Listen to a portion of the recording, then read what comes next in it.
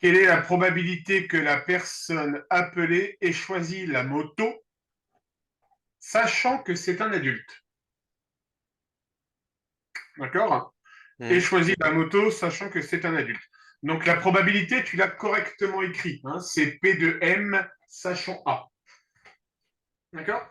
À ceci près qu'ils sont 27 à avoir choisi la moto. Mais Oui, dans l'énoncé, on nous dit, Tristan, sachant qu'ils sont adultes. oui. Est-ce que tu crois qu'on va mettre la probabilité sur 150 du Ah coup? non. Bah non, faut mettre sur 90. Exactement. Exactement. Mais Du en coup, fait, la probabilité, ça sera 27 sur 90.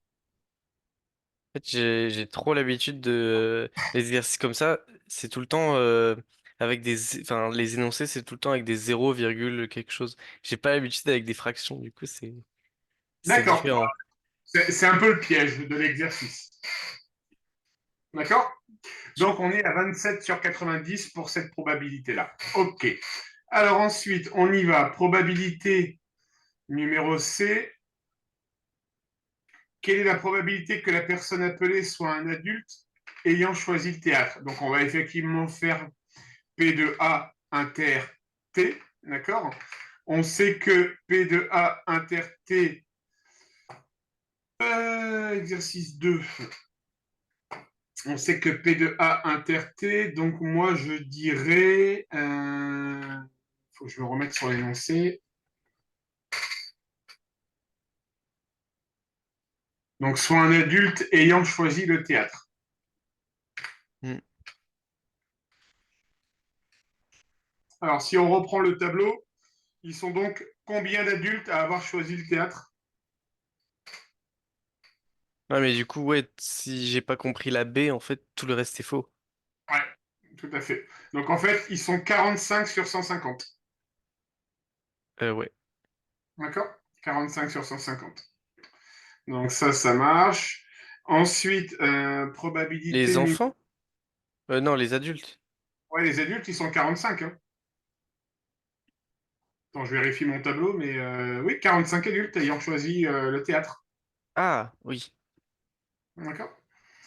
Le petit dé, montrer que la probabilité que la personne appelée soit un adulte ou une personne ayant choisi le théâtre. D'accord. Donc toi, tu m'as écrit. Alors, on n'est pas trop mal dans l'idée. D'accord. Donc, question 4, question D, pardon. Probabilité que la personne, je reprends l'énoncé, que la personne appelée soit un adulte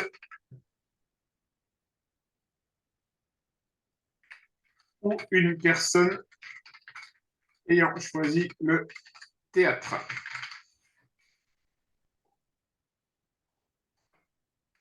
Mathématiquement, on va l'écrire comment cette probabilité, Tristan? Ça va être P de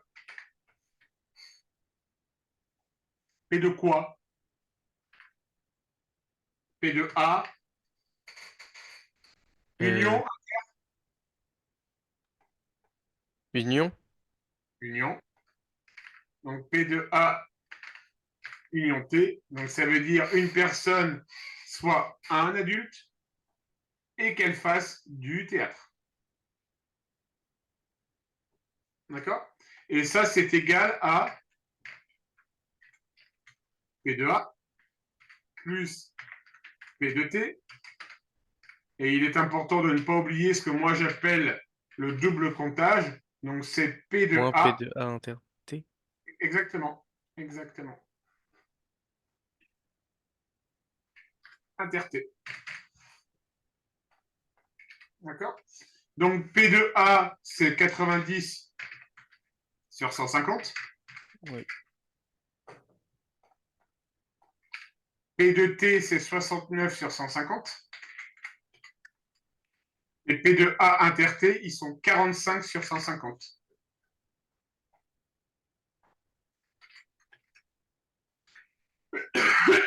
45 adultes ayant choisi le théâtre. Est-ce que c'est bon pour toi, Tristan? Oui. Et ça fait, si tu prends la calculatrice, ça fait effectivement 0,76. Ça marche? Donc, il est Ouais. super important de ne pas oublier toujours ce qu'on appelle le double comptage, hein. C'est-à-dire que je prends la probabilité d'avoir un Je adulte. connaissais pas le union. Tu l'avais jamais vu? Non, enfin, peut-être que je l'ai vu, mais je me rappelle plus, mais je, oui, je vois à peu près le truc, quoi. Le fait que tu l'aies vu et que tu ne t'en rappelles pas, on est sûrement sur une probabilité proche de 1. D'accord? Parce qu'à mon avis, sauf erreur de ma part, après je peux évidemment me tromper, Oui, hein, mais je pense que tu l'as vu, ça. ouais, je pense aussi. Tu as bien essayé de me faire croire que tu l'avais pas vu, hein. Je me Bon, rattrape. ça marche, ça marche, ça marche. Alors, P de A bar, sachant M. Pourquoi j'ai écrit P de M, sachant A bar? Le directeur du village désigne une personne ayant choisi la magie. Il dit qu'il y a 2 chances sur 3 pour que ça soit un enfant. A-t-il raison? Donc, là, il faudra calculer P de A bar, d'accord? Hmm. Sachant qu'ils ont choisi la magie, d'accord? Alors pourquoi P de A bar? Parce que A bar, A, c'est la probabilité d'avoir un adulte, d'accord? Et lui, il dit 2 chances sur 3 pour que ça soit un enfant. Donc on peut partir sur A bar, d'accord? A bar, c'est l'événement contraire de A, c'est donc l'événement contraire d'un adulte, c'est-à-dire un enfant. Oui. Oh. J'ai l'air aussi passionnant que ça. Bon, ça marche. Euh, donc, probabilité, ça reste à revoir, hein, quand même. Ouais. Je le note. Alors, probabilité.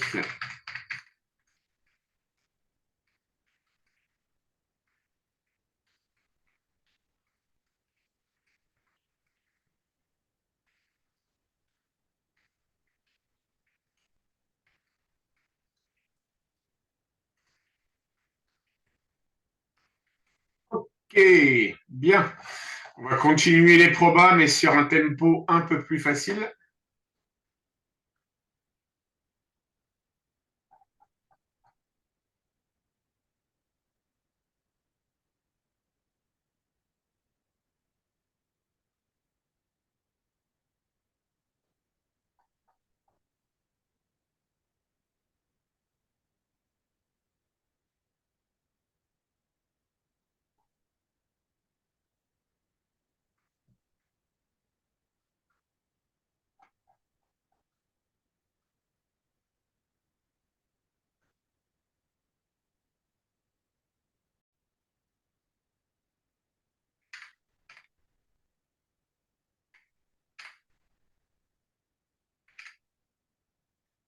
La première probabilité est juste. La deuxième probabilité est juste. Après, c'est pas bon. La quatrième, j'ai juste un petit problème. Ici, c'est un plus qu'il fallait mettre, Tristan. Ah. D'accord? Tout le calcul ici est bon, mis à part que je voulais un plus ici. D'accord? On va faire la probabilité. Alors, l'énoncé nous dit probabilité que l'enfant soit en surpoids. D'accord? Donc, c'est soit la probabilité qu'ils boivent plus. Alors, c'est quoi l'énoncé? Qu'ils boivent Une boisson par jour. plus d'une boisson par jour en étant en surpoids, plus la probabilité qu'ils soient en surpoids, sachant qu'ils ne boivent pas plus d'une boisson par jour. D'accord? Ah, c'est... C'est la somme de 2 probabilités. Ah, C'est bon pour toi? ouais. Ok. Ensuite, là, la formule, tu me l'as inversée, Tristan. Ouais, mais je l'avais mis dans le bon sens, là. Regarde à côté. Mais c'est pas ça le résultat, c'est pas possible. Ouais, mais c'est parce que déjà, j'ai pas obtenu le bon résultat sur la 2 sur la 4. Ah oui, t'as pas obtenu de bons résultats, donc forcément, ça fausse ta cinquième. Mais oui, je me suis dit, s'il demande à arrondir au millième, c'est que c'est pas ça le résultat. Tout à fait, tout à fait. Mais du coup, tu avais bien la bonne formule à la base. Mais j'ai pas compris pour la 4 la formule. La question, c'est déterminer la probabilité que l'enfant soit en surpoids. D'accord? Quand on regarde notre énoncé, Mhm. on nous donne deux informations. Soit il est en surpoids et il boit plus d'une boisson sucrée par jour,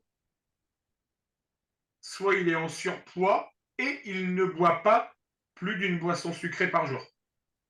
Ouais, Donc c'est bien la somme de deux probabilités. On va faire la probabilité qu'il soit en surpoids s'il boit plus d'une boisson sucrée et la probabilité qu'il soit en surpoids s'il ne boit pas plus d'une boisson sucrée. ok. Pourquoi tu étais parti sur un foie, toi, de ton côté? Parce que ce qui me semblait, je croyais que c'était comme ça. Ça faisait joli? Ouais. Ok, ça marche. Ça marche, ça marche. Et effectivement, ils ne sont pas indépendants. Ça marche. Des questions, Tristan? Non. C'est bon pour toi? Oui.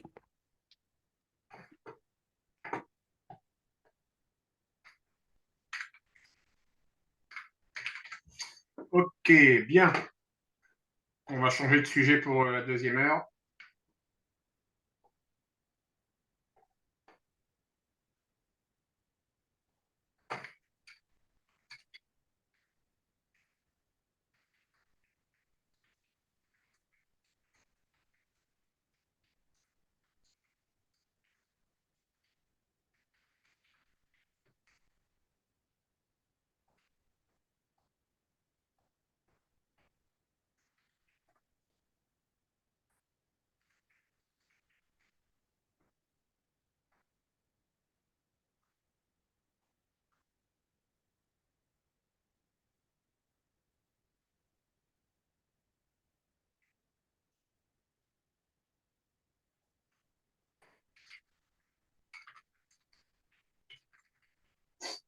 Allez, on va parler un peu de fonctions exponentielles.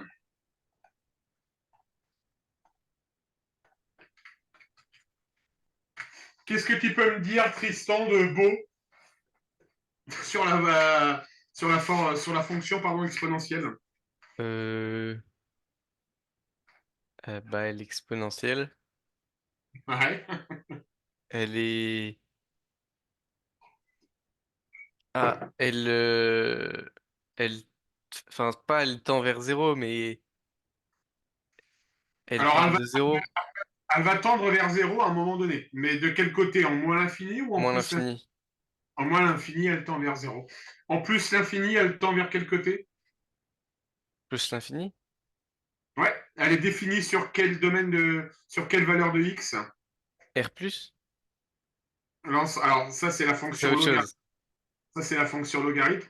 Elle est définie sur l'ensemble des réels. Déri... D'accord? Ok. Que vaut sa dérivée?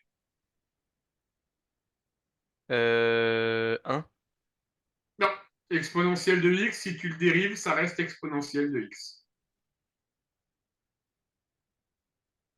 C'est la seule fonction dont sa dérivée est égale à elle-même.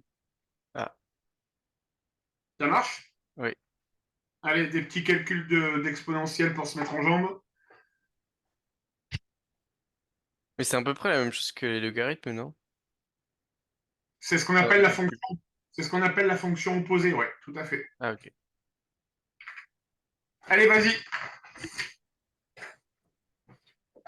Ça fait beaucoup, là. Ouais, bon, on va s'amuser.